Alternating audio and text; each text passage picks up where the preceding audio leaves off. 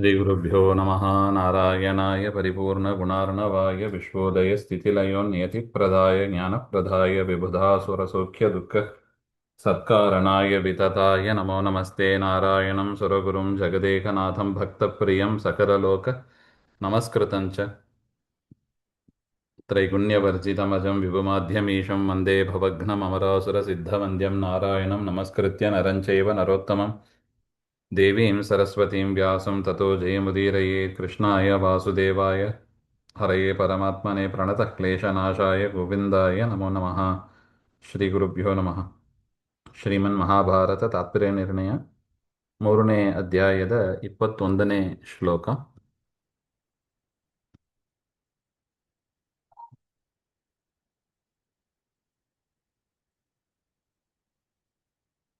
ಏತೇ ಹಿ ದೇವಾಃ ಪುನರಂಡಸೃಷ್ಟೌ ಅಶಕ್ನುವಂತೋ ಹರಿಮೇತ್ಯತುಷ್ಟುಃ ತ್ವನ್ನೋ ಜಗಚ್ಚಿತ್ರ ವಿಚಿತ್ರ ಸರ್ಗ ನಿಸ್ಸೀಮ ಶಕ್ತಿಃ ಕುರು ಸನ್ನಿಕೇತಂ. ಇದಾನೀಂ ಬ್ರಹ್ಮಾಂಡ ಉತ್ಪತ್ತಿಂ ವಕ್ತುಂ ತತ್ವದೇವ ಸ್ತುತಿಮಾಹ. ಈಗ ಬ್ರಹ್ಮಾಂಡದ ಸೃಷ್ಟಿ, ಇಲ್ಲಿ ತನಕ ನಾವೇನು ಸೃಷ್ಟಿಯ ವಿಚಾರ ನೋಡಿದ್ದೀವಿ ಅದೆಲ್ಲವೂ ಕೂಡ ಬ್ರಹ್ಮಾಂಡದ ಹೊರಗೆ ಆದ ಸೃಷ್ಟಿ. ಈಗ ಬ್ರಹ್ಮಾಂಡದ ಸೃಷ್ಟಿ ಆಗಬೇಕು ಅಂತ ತತ್ವದೇವತೆಗಳು ಸ್ತೋತ್ರವನ್ನು ಮಾಡ್ತಾರೆ. ಏತೇ ದೇವಾಹ ತತ್ವಾಭಿಮಾನಿ ದೇವಾಹ ಅಂಡ ಸೃಷ್ಟವು ಪುನರಪಿ ಅಶಕ್ನುವಂತಹ. ಅವರಿಂದ ರಾ ಮೆಟೀರಿಯಲ್ಸ್ ಇದ್ದರೂ ಕೂಡ ಬ್ರಹ್ಮಾಂಡವನ್ನು ಸೃಷ್ಟಿ ಮಾಡ್ಲಿಕ್ಕೆ ಆಗಲಿಲ್ಲ. ನೋಡಿ, ಇದು ದೇವರು ಸ್ವತಂತ್ರ ಎಂಬುದನ್ನ ಹೆಜ್ಜೆ ಹೆಜ್ಜೆಗೆ ನಾವು ಕಾಣಬಹುದು ನೋಡಿ ಶಾಸ್ತ್ರಗಳಲ್ಲಿ. ಪರಮಾತ್ಮನ ತೇನ ವಿನಾ ತೃಣಮಪಿ ನ ಚಲತಿ ಎಂಬುದಕ್ಕೆ ಜ್ವಲಂತ ನಿದರ್ಶನ ಇವೆಲ್ಲ. ಪರಮಾತ್ಮನ ಅನುಗ್ರಹ ಇಲ್ಲದೆ ಯಾವುದೂ ಆಗೋದಿಲ್ಲ ನೋಡಿ. ತತ್ವದೇವತೆಗಳು ಮಹಾನುಭಾವರು. ಬ್ರಹ್ಮಾದಿ ದೇವತೆಗಳು ಅಂದರೆ ಸಾಮಾನ್ಯ ಅಲ್ಲ, ಆದರೂ ಕೂಡ ಅವರಿಂದ ತತ್ವಗಳನ್ನು ಸೃಷ್ಟಿ ಮಾಡಲಿಕ್ಕೆ ಆಗಲಿಲ್ಲ. ಅಶಕ್ನುವಂತಹ ಇವ ಇದು ಸಂಬಂಧ. ಹರಿಮೇತ್ಯ ಪ್ರಾಪ್ಯ ತುಷ್ಟುಬಹು. ಎಲ್ಲರೂ ಕೂಡ ಪರಮಾತ್ಮನ ಹತ್ರ ಹೋಗಿ ಮತ್ತೆ ಸ್ತೋತ್ರವನ್ನು ಮಾಡಿದರಂತೆ. ಏನಂತ? ತ್ವನ್ನಃ ಅಸ್ಮಾಕಂ ಸನ್ನಿಕೇತನಂ ಸಮೀಚೀನಂ ಗೃಹಂ ಕುರು. ಸ್ವಾಮಿ, ನೀವು ನಮ್ಮಲ್ಲಿ ವಿಶೇಷವಾಗಿ ಸನ್ನಿಹಿತವುಳ್ಳವನಾಗು, ನಿಮ್ಮ ಸನ್ನಿಧಾನ ನಮ್ಮಲ್ಲಿ ವಿಶೇಷವಾಗಿ ಇರಲಿ. ಕಥಂಭೂತಃ ತ್ವಂ, ನೀನೆಂತವ ಹಾಗೆಂದ್ರೆ ಜಗತಃ ಚಿತ್ರ ಆಶ್ಚರ್ಯ ರೂಪ. ನಿನ್ನಂಥ ಶಕ್ತಿ ಸಾಮರ್ಥ್ಯ ಕರುಣೆ ಗುಣಗಳು ಯಾರಲ್ಲೂ ಇಲ್ಲ, ಅಂತಹ ಆಶ್ಚರ್ಯ ರೂಪ ನೀನು. ವಿಚಿತ್ರ ನಾನಾ ನಾನಾ ಪ್ರಕಾರ ಯಾ ಸೃಷ್ಟಿ, ನಾನಾ ಪ್ರಕಾರವಾದ ಈ ಜಗತ್ತನ್ನು ಸೃಷ್ಟಿ ಬ್ರಹ್ಮಾಂಡವನ್ನು ಸೃಷ್ಟಿ ಮಾಡಲು ತಸ್ಯಾಂ ನಿನ್ನಲ್ಲಿ ನಿಸ್ಸೀಮ ಅಪರಿಮಿತ ಶಕ್ತಿ ಅಸ್ತಿ. ನಿನ್ನಲ್ಲೇ ಅಪರಿಮಿತವಾದ ಶಕ್ತಿ ಸಾಮರ್ಥ್ಯಗಳು ಇದೆ, ನಮ್ಮಲ್ಲಿ ಇಲ್ಲ. ಅದರಿಂದ ನಮ್ಮಲ್ಲಿ ನೀನು ವಿಶೇಷ ಸನ್ನಿಹಿತನಾಗು. ಹಾಗೆ ನೋಡಿ, ಇದೇ ದತ್ತ ಸ್ವಾತಂತ್ರ್ಯ ಅಂತ ಏನು ಒಂದು ಹೇಳ್ತಾರೆ. ತತ್ವದೇವತೆಗಳಲ್ಲಿ ಇದ್ದು ಆ ಕೆಲಸವನ್ನು ಮಾಡೋದಕ್ಕೆ ಪರಮಾತ್ಮ ಸನ್ನಿಹಿತನಾಗಿರಬೇಕು. ಯಾಕೆ? ದೇವರು ಬೇರೆ ಇಲ್ಲ, ದೇವರ ಗುಣಗಳು ಬೇರೆ ಇಲ್ಲ.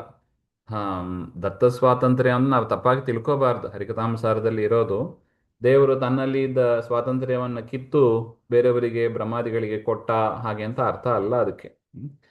ಆ ಗುಣಗಳು ಬರಬೇಕು ಅಂದರೆ ಪರಮಾತ್ಮನೇ ಬರಬೇಕು ಅಷ್ಟೇ. ಪರಮಾತ್ಮನೇ ಸನ್ನಿಹಿತನಾಗಬೇಕು. ಅದನ್ನೇ ಪ್ರಾರ್ಥನೆ ಮಾಡ್ತಾ ಇದ್ದಾರೆ. ನಿಸ್ಸೀಮ ಶಕ್ತಿ ಕುರು ಸನ್ನಿಕೇತಂ ಇತಿ ಸ್ತುತಸ್ತೈ ಪುರುಷೋತ್ತಮೋऽಸೌ ಸ ವಿಷ್ಣುನಾಮ ಶ್ರಿಯಮಾಪಸೃಷ್ಟಯೇ ಸುಷಾವಸೈವಾಂಡಮಧೋಕ್ಷಜಸ್ಯ ಶುಷ್ಮಂ ಹಿರಣ್ಯಾತ್ಮಕಮಂಬುಮಧ್ಯೆ. ಅಸೌ ಪುರುಷೋತ್ತಮಃ ಸ್ತುತಃ, ಅವರಿಂದ ಸ್ತೋತ್ರ ಮಾಡಲ್ಪಟ್ಟ ಪರಮಾತ್ಮ ಪುರುಷೋತ್ತಮ. ಅನೇಕ ಪ್ರಕಾರೇಣ ಸ್ತುತಃ ಪ್ರಾರ್ಥಿತಃ, ನಾನಾ ವಿಧವಾದ ಪ್ರಾರ್ಥನೆಗಳು ಮಾಡ್ತಾರೆ ದೇವತೆಗಳು. ಅದೆಲ್ಲವನ್ನು ಕೇಳಿ ಸೃಷ್ಟಯೇ ಸೃಷ್ಟಿ ಅರ್ಥಂ ಶ್ರಿಯಮಾಪ, ಲಕ್ಷ್ಮೀದೇವಿಯ ಸಮೀಪಕ್ಕೆ ಪರಮಾತ್ಮ ಬಂದ. ಹಾಗೆ ದೇವರು ಯಾವುದು ಡೈರೆಕ್ಟ್ ಮಾಡೋದಿಲ್ಲ ನೋಡಿ, ಅದು ಕೂಡ ಎಲ್ಲ ಕೂಡ ಲಕ್ಷ್ಮೀ ದ್ವಾರ, ವಾಯುದೇವರ ದ್ವಾರನೇ ಮಾಡಿಸೋದು. ಲಕ್ಷ್ಮಿ ಹತ್ರ ಬಂದ ಅಂತ.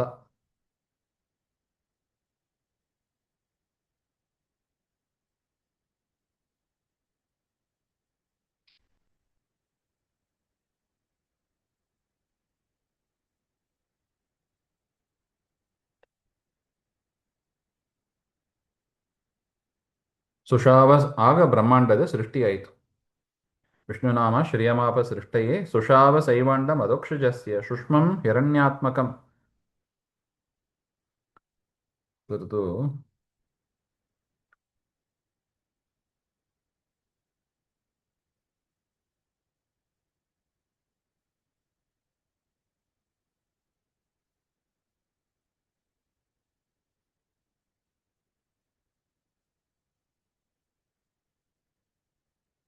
ಅಂದರೆ ಸುಷ್ಮಂ ಹಿರಣ್ಯಾತ್ಮಕಂ ಅಂಬು ಮಧ್ಯೆ ಇತ್ಯತ್ರ ಬ್ರಹ್ಮಾಂಡ ಸೃಷ್ಟ್ಯರ್ಥಂ ಪೃಥಿವೀ ಆವರಣ ಅಂತಃ ಪ್ರದೇಶ. ಪೃಥಿವಿಗೆ ಒಂದು ಆವರಣ ಇದೆ. ಆ ಆವರಣ ಪ್ರದೇಶದಲ್ಲಿ ಭಗವತ್ ಸೃಷ್ಟ ಉದಕ ಮಧ್ಯೆ ಪರಮಾತ್ಮನಿಂದ ಸೃಷ್ಟಿಸಲ್ಪಟ್ಟ ಘನೋದಕ ಅಂತಾರೆ. ಆ ಘನೋದಕ ಮಧ್ಯದಲ್ಲಿ ಅಂತ ಅರ್ಥ.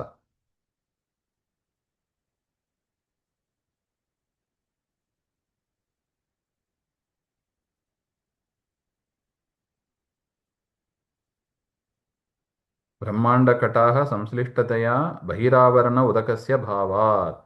ಅದೇ ಬ್ರಹ್ಮಾಂಡದ ಸುತ್ತ ಏನು ಒಂದು ಆವರಣ ಇದೆ, ಆ ಆವರಣದ ಹೊರಗೆ ಇರತಕ್ಕ ನೀರು ಅಂತ ಅರ್ಥ.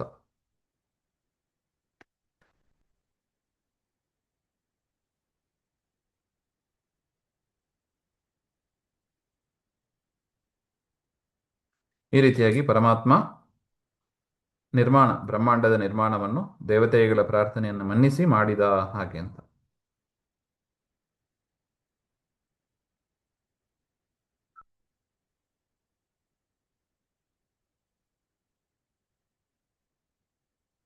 ಉಪಾದಾನತ್ವ ಶಕ್ತಿ ವಿರಹಿನ ಭಗವದ್ ಅನುಪ್ರವೇಶೇನ ತತ್ ಸಂಪಾದನದ್ವಾರ ಉಪಾದಾನತ್ವ ಶಕ್ತಿ ಪ್ರೇರಕತ್ವ ರೂಪ ಉಪಾದಾನತ್ವೇನ ಸ ಸೃಷ್ಟಿಕಾರಣತ್ವಸ್ಯ ತತ್ರ ವಿವಕ್ಷಿತತ್ವಾತ್ ಇಹತು ಪಿತೃವನ್ ನಿಮಿತ್ತಕರ್ತೃ ನಿಮಿತ್ತಕರ್ತೃ ಕರ್ತೃತ್ವ ಪ್ರತಿಪಾದನಾತ್.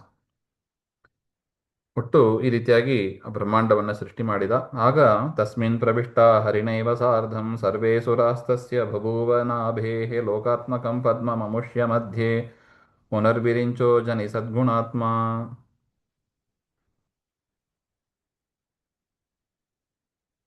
ಸಾ ಶ್ರೀರೇವ ಅಧೋಕ್ಷಜಸ್ಯ ಸಕಾಶಾತ್. ಆ ಲಕ್ಷ್ಮೀದೇವಿ ಪರಮಾತ್ಮನ ದೆಸೆಯಿಂದ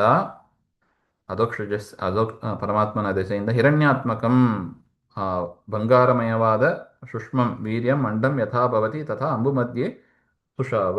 ಆ ಬ್ರಹ್ಮಾಂಡದ ಆ, ಹಿರಣ್ಯಾತ್ಮಕ ವೀರ್ಯ ಅದು ಅಂತ ಹಿರಣ್ಯಾತ್ಮಕವಾದ ವೀರ್ಯವನ್ನ ಇಟ್ಟುಕೊಂಡು ಬ್ರಹ್ಮಾಂಡವನ್ನ ಆ ಅಂಬು ಮಧ್ಯೆ, ಆ ಬ್ರಹ್ಮಾಂಡದ ಸುತ್ತ ಏನು ಜಲ ಇದೆ ಅದರಲ್ಲಿ ಬ್ರಹ್ಮಾಂಡವನ್ನು ಸೃಷ್ಟಿ ಮಾಡಿದರು ಅಂತ ಅರ್ಥ. ತಸ್ಮಿನ್ ಬ್ರಹ್ಮಾಂಡೇ, ಆ ಬ್ರಹ್ಮಾಂಡದಲ್ಲಿ ಹರಿಣಾ ಸಾರ್ಧಂ ಸರ್ವೇ ವಿರಿಂಚಾದ್ಯಾಹ, ಬ್ರಹ್ಮಾದಿ ಸಕಲ ದೇವತೆಗಳು ಕೂಡ ಅಲ್ಲಿ ಪ್ರವೇಶ ಮಾಡಿದರು ಅಂತ ಅರ್ಥ. ತತ್ರ ಬ್ರಹ್ಮಾಂಡೇ ವಿಷ್ಣೋರ್ನಾಭೇಃ ಸಕಾಶಾತ್. ಆ ಬ್ರಹ್ಮಾಂಡದಲ್ಲಿ, ಈಗ ಬ್ರಹ್ಮಾಂಡದ ಸೃಷ್ಟವಾಯಿತು, ಆ ಬ್ರಹ್ಮಾಂಡದಲ್ಲಿ ಪರಮಾತ್ಮನ ನಾಭಿಯಿಂದ ಲೋಕಾತ್ಮಕಂ 14 ಲೋಕ ಆಧಾರಭೂತವಾದ ಒಂದು ಪದ್ಮ ಕಮಲವನ್ನು ಪರಮಾತ್ಮ ಸೃಷ್ಟಿ ಮಾಡಿದ. ಅದೇ ನಾವು ಅನಂತ ಪದ್ಮನಾಭ ಅಂತ ಹೇಳ್ತೀವಿ. ಪದ್ಮನಾಭ ರೂಪ ಅದೇ. ಅಮುಷ್ಯ ಪದ್ಮಸ್ಯ ಮಧ್ಯೆ, ಆ ಕಮಲದ ಮಧ್ಯದಲ್ಲಿ ಸದ್ಗುಣಾತ್ಮ, ಸದ್ಗುಣಗಳಿಂದ ತುಂಬಿದವರಾದ ವಿರಿಂಚಃ ಪುನಃ ಅಜನಿ, ಬ್ರಹ್ಮದೇವರು ಮತ್ತೆ ಹುಟ್ಟಿ ಬಂದರು ಹಾಗೆ ಅಂತ ಅರ್ಥ. ಇದು ಬ್ರಹ್ಮಾಂಡದ ಒಳಗಿನ ಸೃಷ್ಟಿ ಅಂತ ಒಟ್ಟು. ತಸ್ಮಾತ್ ಪುನಃ ಸರ್ವಸುರಾಃ ಪ್ರಸೂತಾಃ ತೇಜಾನಮಾನಾ ಅಪಿ ನಿರ್ಣಯಾಯ ನಿಸ್ಸೃತ್ಯ ಕಾಯಾತುತಃ ಪದ್ಮಯೋನೇಃ ಸಂಪ್ರಾವಿಶನ್ ಕ್ರಮಶೋ ಮಾರುತಾಂತಾಃ.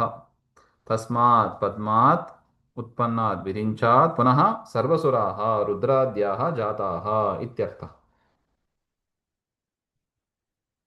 ಪರಮಾತ್ಮನ ನಾಭಿಯಿಂದ ಕಮಲದಲ್ಲಿ ಬ್ರಹ್ಮದೇವರು ಹುಟ್ಟಿದ್ರು. ಆ ದೇವರಿಂದ ರುದ್ರಾದಿ ಸಕಲ ದೇವತೆಗಳು ಕೂಡ ಮತ್ತೆ ಹುಟ್ಟಿದ್ರು ಅಂತ ಅರ್ಥ.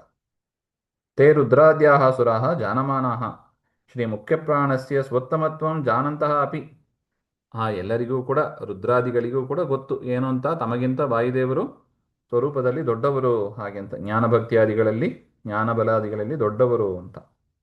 ಆದರೂ ತಥಾಪಿ ಅನ್ವಯ ವ್ಯತಿರೇಕಾಭ್ಯಾಂ ಮುಖ್ಯಪ್ರಾಣಸ್ಯ ಸರ್ವದೇವೋತ್ತಮತ್ವ ನಿರ್ಣಯಾತ್ಮ ಪದ್ಮಯೋನೇಃ ಕಾಯ ಶರೀರಾನ್ ನಿಸ್ಸೃತ್ಯ ಮಾರುತಾಂತಹ ಕ್ರಮಶಃ ಪುನಃ ಪದ್ಮಯೋನಿ ದೇಹಂ ಸಂಪ್ರವಿಷ್ಟಾಹ ಇತ್ಯರ್ಥಃ.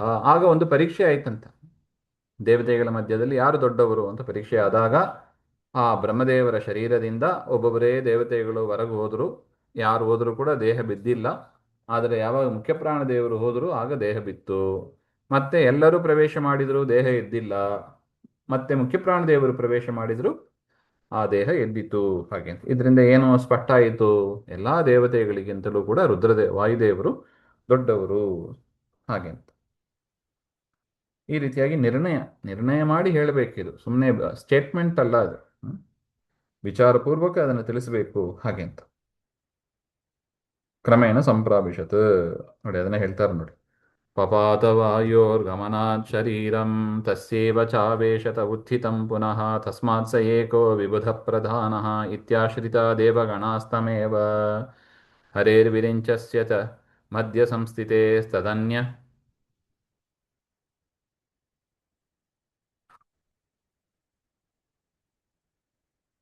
ತದನ್ಯದೇವಾಧಿಪತಿಃ ಸ ಮಾರುತಃ.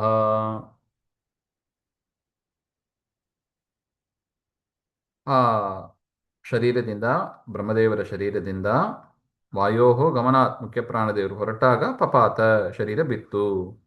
ತಸ್ಯೇಚ ತಸ್ಯೇವ ಚ ಆವೇಶತ ಉತ್ಥಿತಂ ಪುನಃ, ಮತ್ತೆ ವಾಯುದೇವರು ಪ್ರವೇಶ ಮಾಡಿದಾಗ ಮಾತ್ರ ಶರೀರ ಎದ್ದಿತ್ತು. ಅದರಿಂದ ದೇವಶ್ರೇಷ್ಠರು ಎಂಬ ಅದು ನಿಶ್ಚಯ ಆಯಿತು. ಅದರಿಂದ ಎಲ್ಲ ದೇವತೆಗಳು ಕೂಡ ವಾಯುದೇವರನ್ನೇ ಆಶ್ರಯಿಸಿದರು. ದೇವಗಣ ಸ್ತಮೇವ, ಇಡೀ ದೇವಗಣರು ವಾಯುದೇವರನ್ನೇ ಆಶ್ರಯಿಸಿದರು ಹಾಗೆ ಅಂತ. ಇದರಲ್ಲಿ ಒಂದು ಪ್ರಶ್ನೆ ಬರುತ್ತದೆ. ಬ್ರಹ್ಮದೇವರ ಶರೀರ ಪರೀಕ್ಷೆ ಮಾಡಿದರು ಸರಿ, ಆದರೆ ಪರಮಾತ್ಮ ಮತ್ತು ಬ್ರಹ್ಮದೇವರ ಸ್ಥಾನ ಏನು, ಅವರು ಯಾರ ಪಕ್ಷವನ್ನ ಬಯಸಿದ್ರು ಹಾಗೆ ಅಂತ ಒಂದು ಪ್ರಶ್ನೆ ಬರುತ್ತದೆ. ಅದಕ್ಕೆ ಆಚಾರ್ಯರು ಹೇಳ್ತಾ ಇದ್ದಾರೆ, ಹರೇರ್ ವಿರಿಂಚಸ್ಯ ಚ ಮಧ್ಯ ಸಂಸ್ಥಿತೇ ಹೇ.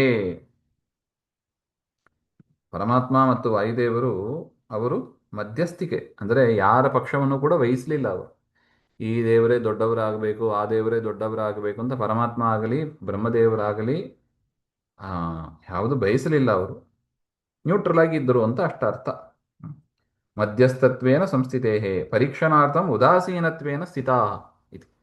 ಪರೀಕ್ಷೆ ಮಾಡುವುದಕ್ಕಾಗಿ ಉದಾಸೀನರಾಗಿ, ನೆಗ್ಲಿಜೆನ್ಸ್ ಅಂತ ಹೇಳ್ತಾರೆ ನೋಡಿ. ಆಯ್ತು ಪರೀಕ್ಷೆ ಮಾಡಲಿ ಏನಾಗ್ತದೆ ನೋಡೋಣ ಹಾಗೆ ಅಂತ ಅವರು ಉದಾಸೀನರಾಗಿ ಇದ್ದರು ಅಂತ ಅರ್ಥ. ಅದರಿಂದ ಬ್ರಹ್ಮದೇವರು ಪರಮಾತ್ಮ ಇದ್ದರೂ ಕೂಡ ಅವರು ಉದಾಸೀನರಾಗಿ ಇದ್ದರು. ವಾಯುವಾದಿ ದೇವತೆಗಳು ದೇಹದಿಂದ ಹೊರಗೆ ಹೋದರು, ಮತ್ತೆ ಒಳಗೆ ಬಂದರು. ಆದರೆ ವಾಯುದೇವರು ಹೋದಾಗ ಮಾತ್ರ ಕೆಳಗೆ ಬಿದ್ದಿತ್ತು. ಮತ್ತೆ ವಾಯುದೇವರು ಪ್ರವೇಶ ಮಾಡಿದಾಗ ಆ ಶರೀರ ಎದ್ದಿತು.